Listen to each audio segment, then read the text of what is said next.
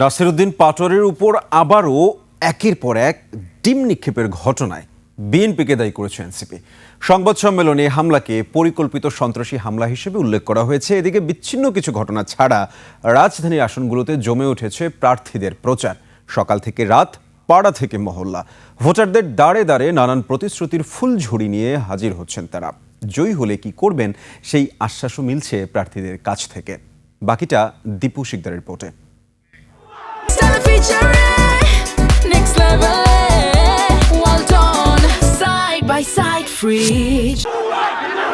মঙ্গলবার নগরীর হাবিবুল্লাহ কলেজে নির্বাচনী প্রচারণার অংশ হিসেবে পিঠা উৎসবে যোগ দিয়ে হেনস্থার শিকার হন এনসিপির নাসিরউদ্দিন পাটোয়ারি।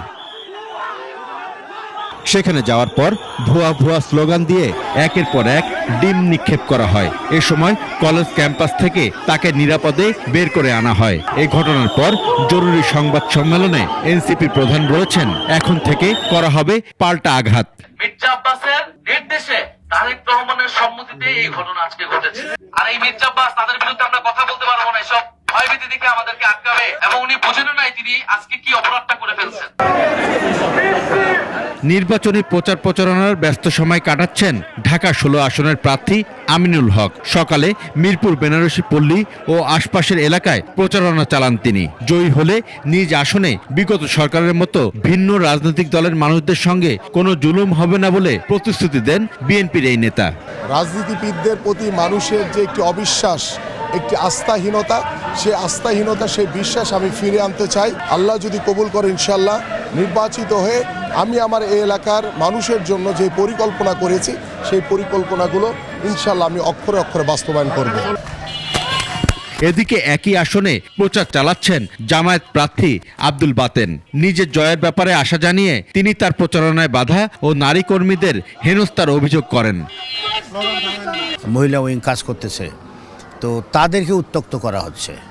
অলমোস্ট প্রতিদিনই তো কোথাও না কোথাও উস্কানিমূলক আচরণ করতেছে। এখন পর্যন্ত যে ধরনের আচরণ করতে যদি এটা অব্যাহত রাখে, আমাদের যারা কর্মী তারাও তো মানুষ, কোথাও তো একটা দুর্ঘটনা ঘটেও যেতে পারে।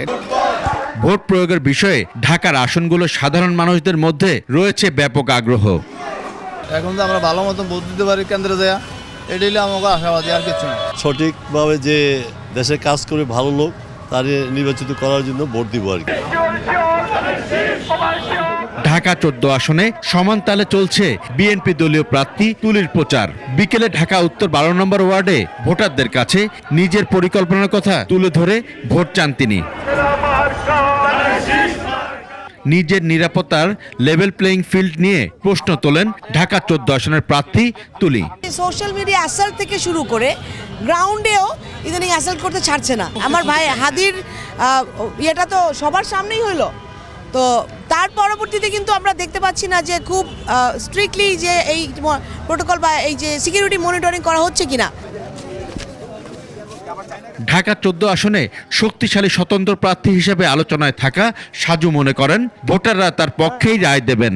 আমি ইনশাল্লাহ লোকজনের সমর্থনে এই আসনে বিজয়ের পথে থাকছি, তাই আমার এই বিজয়ের গতিকে রোধ করার জন্য অপচেষ্টা হতে পারে, কিন্তু সেটা আমি আমলে নিচ্ছি। তবে সব মিলিয়ে প্রচারণার 6ষ্ঠ দিনে এসে জমে উঠতে শুরু করেছে ঢাকার নির্বাচনী প্রচারণা।